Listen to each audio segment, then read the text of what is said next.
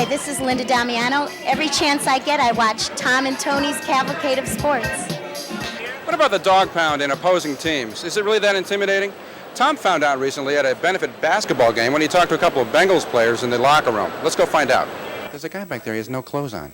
Don't shoot him. Don't shoot the guy with no clothes on. Hi, how are you? How you doing? Who am I talking to?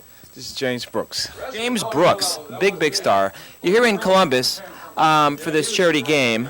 Were you involved at all with the police athletic stuff when you were a kid or in your town? Or? Well, I come from a big family. My family is very close, but some of the people in the neighborhood, there's an opportunity to help other people out. And that's what I feel about it. That's why when I got into pro football, I felt like I can give back something because I've been very blessed to play pro ball and live a nice life, and I'm trying to give back. Sure, the dog pound. How bad a place is the dog pound to play when you're a visiting team? Well, when you're down there at their end, it's pretty bad because you have people throwing stuff at you, which I think is silly. But other than that, So I think you are genuinely afraid. No, not really. I mean, it just inspires a little to press a little harder. What's it like going into the dog pound and you hear all these people after your blood? Is that is there anything quite as scary as that elsewhere, or as crazy, or?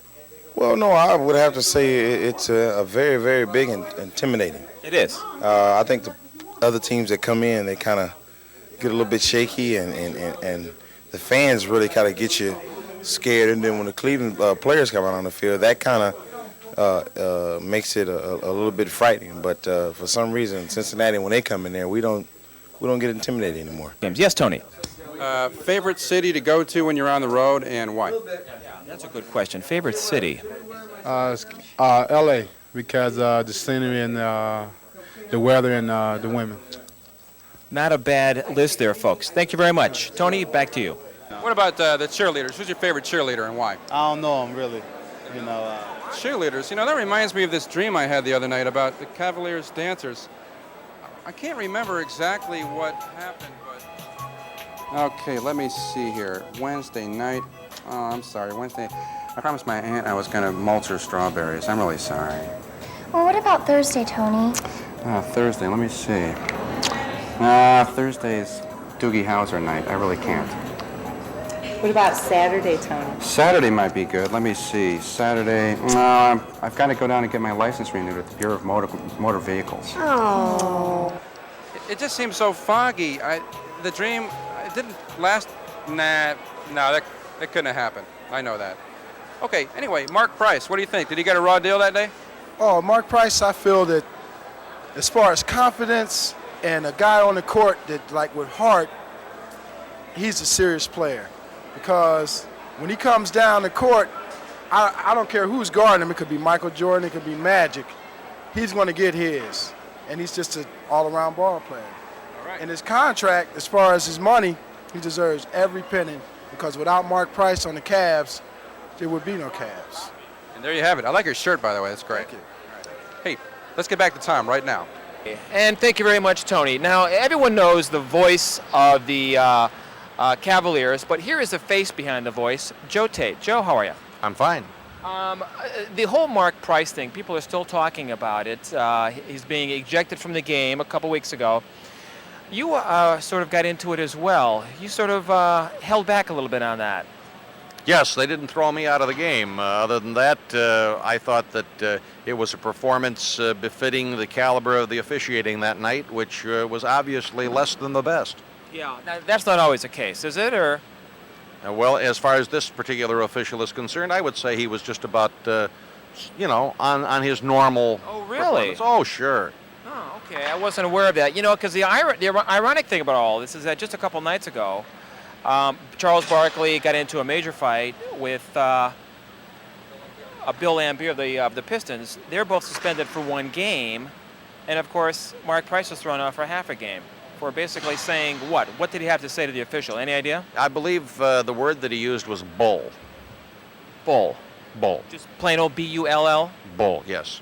That was it. Yeah, and that's No other part of the bull, just the bull. So this guy, this referee, was just, not only is he a funny guy, but he's having a probably bad day on top of that. He was having a very bad day. Yes, he was. Yeah. What kind of fan reaction have you had to all that?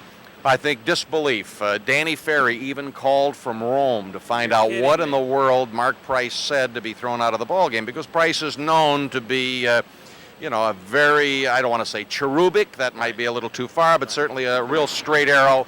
And Mark actually got tossed because he told Woody Mayfield, the official, that was the first technical foul in his career. He did not indicate that with anything other than the forefinger. And then Woody gave him his second technical foul in his career. That's amazing. Oh no, it's pretty bad actually. Well, what's going to happen to that referee? That's gone to the referee, whoever the officials are there, and that's been sort of tabled.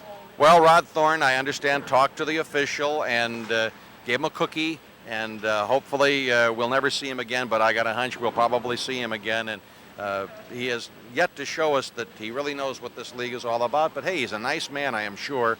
And I can remember back to some of the early goings by some of the guys that are right now some of the best referees in the NBA, and they learn from their mistakes, and I sure hope Woody learns from that one. Yeah. Okay. Thanks an awful lot, Joe Tate. Tony, we're going to go back to you right now.